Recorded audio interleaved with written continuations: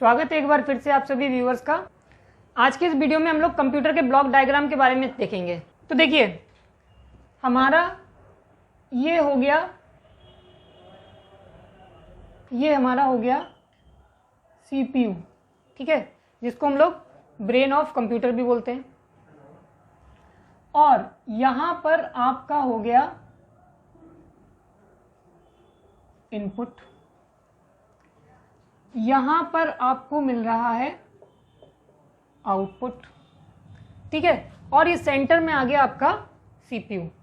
और सीपीयू की full form जो होती है वो होती है आपकी सेंट्रल प्रोसेसिंग यूनिट, ठीक है। तो आपकी जो सीपीयू की फुल फॉर्म हो गई वो हो गई सेंट्रल प्रोसेसिंग यूनिट। अब देखिए, यूनिट तो है ही, युक्ति है, सेंट्रल बीच में आ गया, यानी कि इनपुट और आउटपुट के बीच में आ गया आपका सीपीयू, तो ये हो गया सेंट्रल। काम क्या है इसका? प्रोसेस करना, तो इसको हमने बोला प्रोसेसिंग, ठीक है। एक ऐसी युक्ति जो कि प्रोसेस करती हो, ठीक है। और सेंटर में आ गई इसलिए उसका नाम हो गया सेंट्रल प्रोसेसिंग यूनिट। अच्छा, अब जैसा कि आप जानते हैं कि कंप्यूटर एक इलेक्ट्रॉनिक डिवाइस है जो आपसे इनपुट लेती है और क्या आपको आउटपुट दे देती है? नहीं, डायरेक्ट आपको आउटपुट नहीं देती। जो आपसे इनपुट लेती है उसको पहले वो प्रोसेस करती है, देन आपको डिजायर्ड आउटपुट देती है, ठीक है। कोई भी फैक्ट्री होती है, उसमें आप क्या करते हो? कोई रॉ मटेरियल डालते हैं, ठीक है, तो क्या आपको डायरेक्ट आउटपुट मिल जाता है, फिनिश प्रोडक्ट मिल जाता है? नहीं मिलता। उसके पीछे काफ़ी सारी प्रक्रियाएं होती हैं जिसके बाद वो हमारा प्रोडक्ट तैयार होता है, ठीक है। सेम यहाँ पर होता है कि आप यहाँ पर इनपुट देते हैं कंप्यूटर को और वो प्रोसेस किया जाता है, देन आपको आउटपुट मिल जाता है, ठीक है। तो सारा काम करता कौन है कंप्यूटर का? सीपीयू, ठीक है। तो सीपीयू को भी 3 पार्ट में डिवाइड कर रखा है। पहला है आपका एएलयू, दूसरा है आपका सीयू और तीसरा है आपका एमयू। अब ये क्या है एएलयू, सीयू, एमयू? देखिए, यू तो सबके लिए कॉमन है, क्या है? यूनिट, ठीक है, तो इसमें तो कोई भूलने वाली बात नहीं है। अब एएलयू का जो फुल फॉर्म होती है वो होती है अरिथमेटिक लॉजिक यूनिट, ठीक है, या अरिथमेटिकल लॉजिकल यूनिट कह सकते हैं, ठीक है। अरिथमेटिकल लॉजिकल यूनिट हो सकती है। अब ये देखिए, यूनिट तो यूनिट है, ठीक है। अब यहां पर आती है बात अरिथमेटिक की और बात आती है लॉजिकल की। अब ये अरिथमेटिकल क्या होता है? अरिथमेटिकल ये जहां पर अरिथमेटिक ऑपरेटर्स का यूज किया जाए, ठीक है। अभी अरिथमेटिक ऑपरेटर्स क्या होते हैं? जैसे कि आपने प्लस किया, माइनस किया, मल्टीप्लिकेशन किया, डिवीजन किया, है ना, ये सब चीजें। तो ये सब आपका जो ऑपरेशन परफॉर्म करता है वो कौन करता है? सीपीयू। और सीपीयू का कौन सा पार्ट करता है? अरिथमेटिक, यानी कि एएलयू, ठीक है। अच्छा, अब लॉजिकल, ये लॉजिकल क्या होता है? लॉजिकल ये होता है कि जैसे कि मान लीजिए आपने कहा कि ए ग्रेटर देन बी है, ठीक है, यानी कि जिसके आंसर आप यस और नो में दे सकते हैं, ठीक है, या तो होगा या तो नहीं होगा, ठीक है। अच्छा, और कभी कभी आपको एक से ज्यादा कंडीशन यूज करनी पड़ती है तो आप एंड का यूज करते हैं, ए इज ग्रेटर देन सी, ठीक है। तो या तो ये कंडीशन ट्रू होगी या तो नहीं होगी, ठीक है। अच्छा, ए ग्रेटर देन बी का मतलब है कि ए बी से बड़ा है, साथ ही साथ ए सी से बड़ा है, ठीक है। तो ये लॉजिकल ऑपरेटर्स यूज होते हैं जिनको हम लोग आगे डिस्कस करेंगे। चलिए, तो हमारा जो ये हो गया एएलयू, उसकी फुल फॉर्म होती है अरिथमेटिकल लॉजिकल यूनिट, यानी कि कंप्यूटर का जितना भी काम है वो सब कौन करता है? एएलयू, ठीक है, यानी कि जितना भी वर्क होगा वो सब एएलयू करेगा। अच्छा, सब काम एएलयू करेगा तो फिर ये दोनों क्या करेंगे? ठीक है, बिल्कुल सही कह रहे हैं कि आप सब काम अगर ये करेगा तो ये दोनों क्या करेंगे? बिल्कुल, इनका भी वर्क डिवाइड कर रखा है। जैसे किसी शादी ब्याह में फंक्शन होता है जब भी, तो आप क्या करते हैं कि भाई साहब आप ये काम देखेंगे, भाई साहब आप ये काम देखेंगे, वैसे ही यहाँ पर भी इन लोगों के काम डिवाइड कर दिए गए हैं। ठीक है, इनसे बोला गया कि आप जितना भी अरिथमेटिक लॉजिकल ऑपरेशन है वो आप डील करेंगे। उन्होंने कहा ठीक है जी। तो उन्होंने कहा बाकी ये दोनों क्या करेंगे? हम कह रहे हैं इनको भी हम काम डिवाइड कर रहे हैं ना, ये आपको इंस्ट्रक्शन देंगे। यानी कि CU की फुल फॉर्म होती है आपकी कंट्रोल यूनिट। यानी कि ये काम क्या करेंगे? कंट्रोल करने का। कहीं कुछ गड़बड़ होगी तो ये कंट्रोल करेंगे। ठीक है, यानी कि ये बताएंगे कि नहीं भाई साहब आप ऐसे करेंगे, नहीं भाई साहब आपको ऐसे करना है, नहीं आपको ये नहीं करना है। ठीक है, तो जितने भी इंस्ट्रक्शन होंगे उनको ये कंट्रोल करेगा कि पहले आपको होना है, पहले नहीं होना। जैसे एक सिंपल सा एग्जाम्पल ले रहे हैं, अगर आपसे बोला जाए 2 + 5 × 6 एक अरिथमेटिक एक्सप्रेशन है, इसका रिजल्ट क्या आएगा? ठीक है, अगर किसी को नहीं पता है तो वो क्या करेगा? पहले 2 में 5 को ऐड करेगा, हो जाएगा 7, और 7 में 6 का मल्टीप्लाई कर देगा और कह देगा आएगा भैया 42। ठीक है, जबकि ये आपके बॉड मास के रूल के अकॉर्डिंग नहीं है। क्या नहीं है? क्योंकि आपको पता है बॉड मास में पहले ब्रैकेट, फिर ऑफ, फिर डिवाइड, फिर मल्टीप्लीकेशन, फिर एडिशन, फिर सब्ट्रैक्शन होता है। ठीक है, पहले प्लस कर दिया, गलत हो गया, आपको पहले क्या करना नहीं था? मल्टीप्लाई। ठीक है, तो आपको बता दिया। कंप्यूटर को कौन बताने वाला है? CU।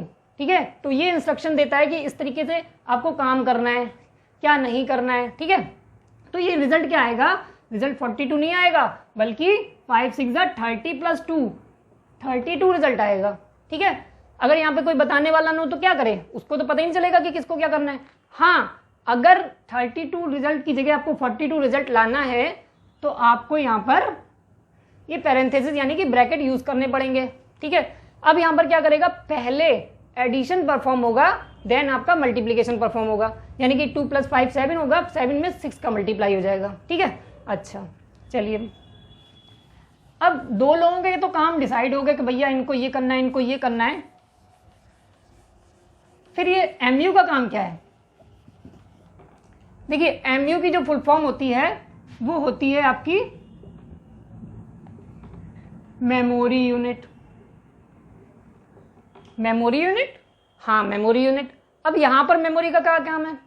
अब देखिए, यहां पर मेमोरी का काम ये है कि सपोज मान लीजिए आप अगर स्कूल जाते हैं, ठीक है, तो आप जब स्कूल जाते हैं और आपके पीरियड डिवाइड है कि आज इस डेट में ये वाला पीरियड होगा, इस डे में ये वाला पीरियड होगा, लेकिन क्या आपके पास जितनी बुक्स होती है सब लेके चले जाते हैं?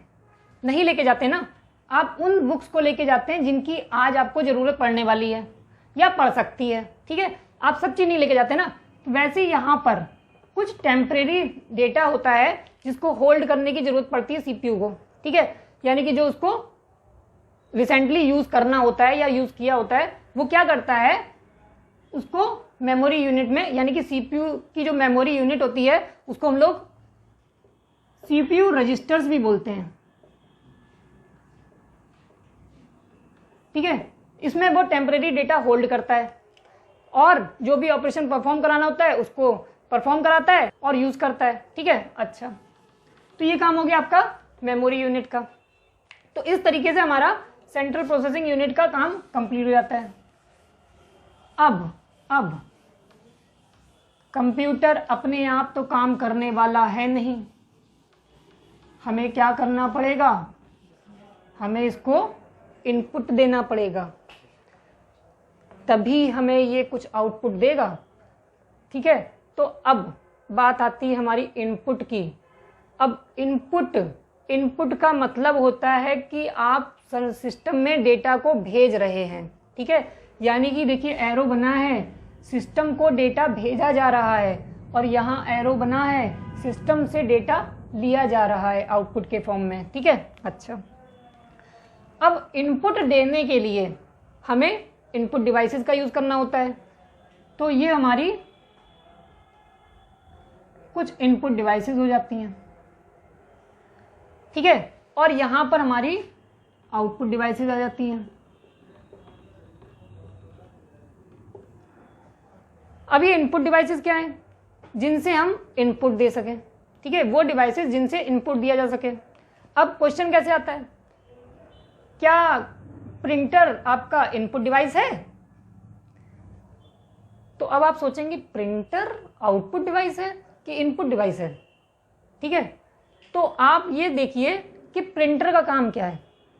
प्रिंटर का काम ये है कि जो भी आपका डेटा कंप्यूटर में सेव है, ठीक है, उसको आप प्रिंट देते हैं और वो आपका हार्ड कॉपी के रूप में, आपको मिल जाता है। तो क्या हुआ उस केस में? क्या हुआ, सिस्टम का जो डेटा था वो सिस्टम से बाहर आया।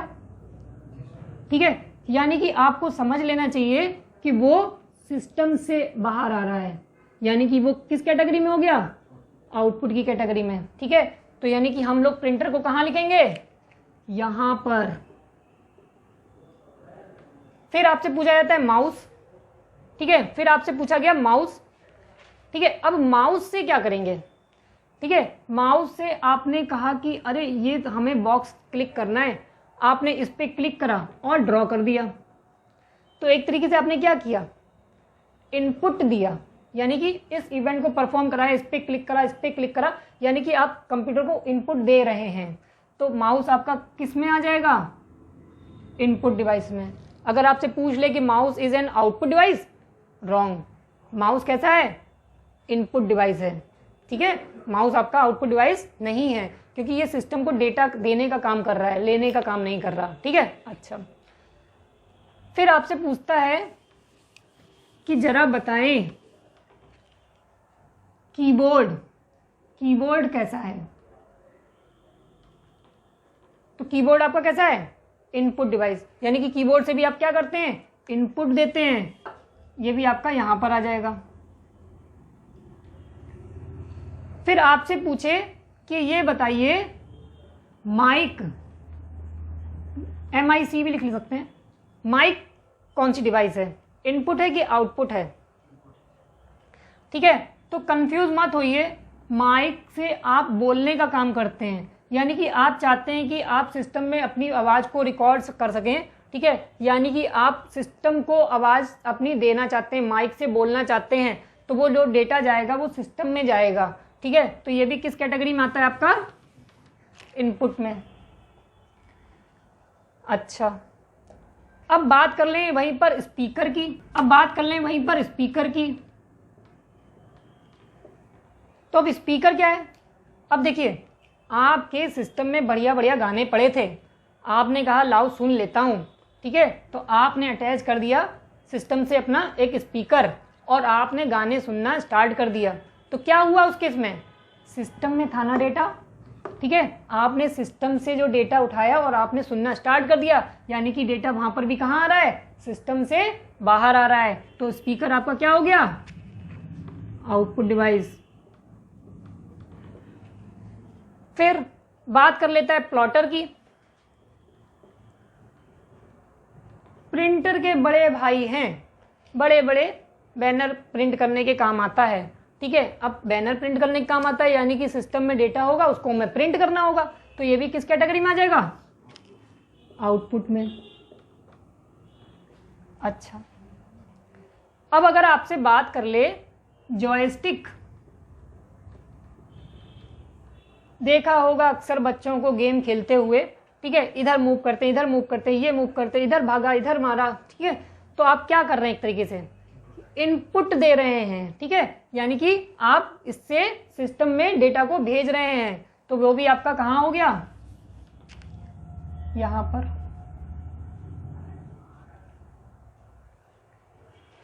अब आप बात कर लें अपने मॉनिटर की। मॉनिटर काम क्या करेगा? आपको जो भी इसमें डेटा स्टोर है उसका आउटपुट दिखाएगा। ठीक है, यानी कि मॉनिटर आपका क्या हो गया? Output device. अब मॉनिटर डायरेक्ट ना देके आपसे पूछ ले VDU कह दे। ठीक है, तो V मतलब विजुअल, D मतलब डिस्प्ले और U मतलब एज यूजुअल यूनिट, यानी कि आपको ये भी क्या काम कर रहा है? विजुअल डिस्प्ले यूनिट, कोई चीज दिखाने का काम कर रहा है। ठीक है, तो दिखाने वाली चीज आ गई तो कहाँ आ गई? आउटपुट में। ठीक है, तो VDU पूछ ले तब भी आपका वो ही आ जाएगा। TFT पूछ ले, LCD पूछ ले, है ना, तो ये सब मॉनिटर के ही पार्ट हैं। लिक्विड क्रिस्टल डिस्प्ले, ठीक है, LED पूछ ले, लाइट इमिटिंग डायोड, है ना, TFT पूछ ले। अब आपने प्रिंटर के बारे में तो सुन लिया, अब आप बात कर रहे हैं स्कैनर के बारे में। अब ये स्कैनर क्या करेगा? क्या आप इसको यहाँ रखेंगे या आप इसको यहाँ रखेंगे? तो सोचिए स्कैनर का काम क्या है। सपोज आपके पास एक हार्ड कॉपी है, आपकी एक फ़ोटो है जो आपके पास रखी हुई है, आप चाहते हैं उस फोटो को अपने सिस्टम पर डालना, ठीक है, तो आप क्या करते हैं? आप कहते हैं स्कैन कर दो, स्कैन कर दो। या आप मार्केट जाते हैं, आपको कोई चीज़ पसंद आ जाती है तो आप क्या करते हैं? फटाक से उसकी फ़ोटो क्लिक करते हैं और जिसको भेजना होता है भेज देते हैं। तो आपने क्या किया? सिस्टम में डेटा लिया, यानी कि उसको स्कैन किया। तो स्कैन किया यानी कि डेटा सिस्टम में जा रहा है, ठीक है, सिस्टम से नहीं बाहर आ रहा है, सिस्टम में जा रहा है। तो जब सिस्टम में की बात होगी तो वो सब कहाँ आ जाएगा? यहाँ पर, ठीक है। अच्छा, तो स्कैनर आपका